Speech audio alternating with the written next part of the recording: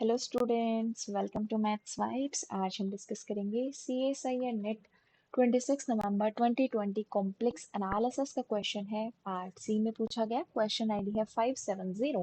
Late f be a holomorphic function on open unit disk D. Suppose that the modulus of f is greater than equals to 1 on D and f of 0 is equals to iota. Which of the following possible values of f at half? इस question को solve करने के लिए हम minimum modulus principle का use करेंगे। Minimum modulus principle की statement है if f is a non constant holomorphic function on bounded region D and continuous on d bar means d union boundary of d, then either f has a zero, या तो f के पास zero होगी या फिर f जो है वो अपनी मिनिमम वैल्यू अटेन करेगा on the boundary. It means कि f अगर कोई भी नॉन कांस्टेंट एनालिटिक फंक्शन है बाउंडेड डोमेन D पर और कॉन्टिन्यूस है D पार पर, मतलब D पर भी और उसकी बाउंड्री पर भी कॉन्टिन्यूस है, तो या तो f के पास जीरो होगी रीजन D में या फिर जो f मॉड्यूलस है वो अपनी मिनिमम वैल्यू बाउंड्री पर अटेन करेगा। बट हमारे पास यहाँ पर क्या गिवन है, f हमारा होलोमॉर्फिक तो है एंड रीजन भी हमारा बाउंडेड है और इस f modulus of f greater than equals to 1 है। इसका मतलब f does not has zero in d।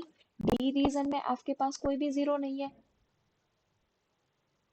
f के पास d रीजन में कोई भी जीरो नहीं है और जो मॉड्यूलस ऑफ f है वो हमारा ग्रेटर देन इक्वल्स टू 1 है। और f of zero, modulus of f of zero क्या है, 1। इट मीन्स और f की मिनिमम वैल्यू क्या है, 1।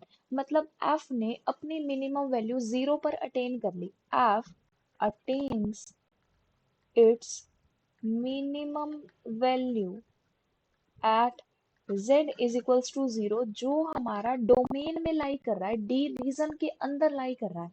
इसका मतलब कि f हमारा नॉन कांस्टेंट नहीं होगा। It means f is a constant function. This implies that f is a constant function.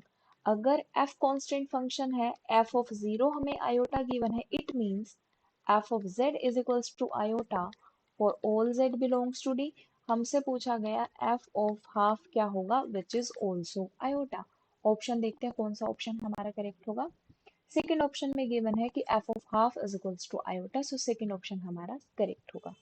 And जो नेक्स्ट क्वेश्चन है वो हमारा पार्ट सी में पूछा गया, उसकी क्वेश्चन आईडी है 571। Let D be the z belongs to C such that mod z less than 1, it means unit disk है, be the open unit disk and f is a function from D to D, be a holomorphic function. Suppose that f of 0 is 0, f dash of 0 is 0, which of the following are the possible values of f of half?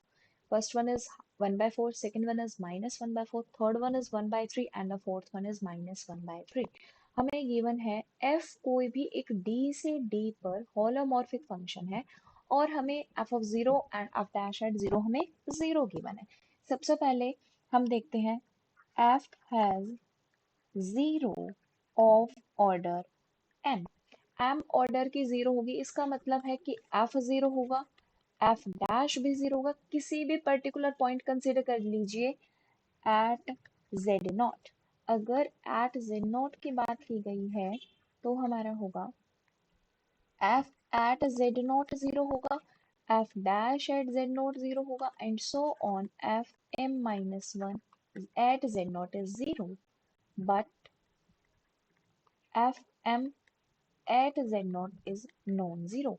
अगर f के पास z naught point पर m order के zero है तो हमारे ये conditions hold करेंगे। जैसे f ऑफ 0 is 0, f dash of 0 is 0, यहाँ से इंप्लाई हुआ f has 0 of order at least 2 at z is equals to 0। क्योंकि जो f डबल डैश एट 0 है उसकी वैल्यू हमारी 0 हो भी सकती है और 0 नहीं भी हो सकती।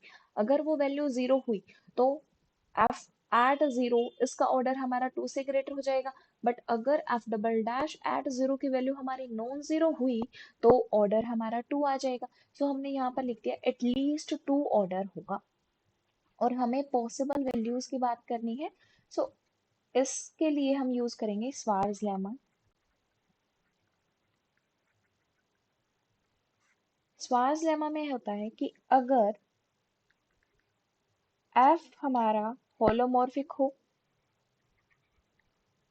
और जो मॉड्यूल और जो एफ जेड है,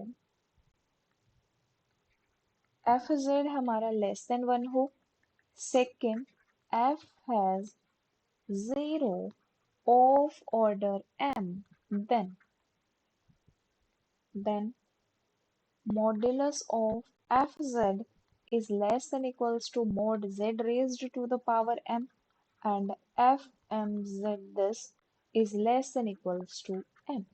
अब हमें क्वेश्चन में ही ये गिवन है कि f जो है वो हमारा होलोमॉर्फिक फंक्शन है और f हमारा d से d पर है। इसका मीनिंग क्या है, जो fz है वो तो हमारा लेस देन 1 है।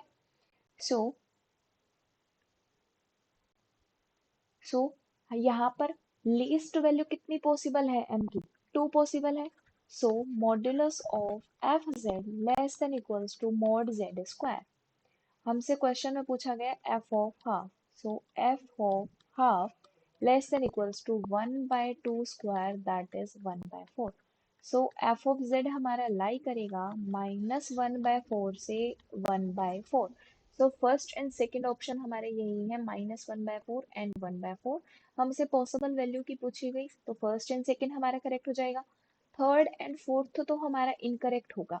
अब यहाँ पर ये तो हमने मिनिमम वैल्यू कंसीडर की, हम m की वैल्यू 3 भी कंसीडर कर सकते हैं और क्वेश्चन में पॉसिबल वैल्यूज पूछी गई थी। सो फर्स्ट एंड सेकंड ऑप्शन हमारा करेक्ट हो जाएगा। अगर आपको वीडियो पसंद आई हो तो लाइक करें, शेयर करें और अगर अब तक चैनल को सब्सक्राइब नहीं किया है तो सब्सक्राइब करें। Thank you.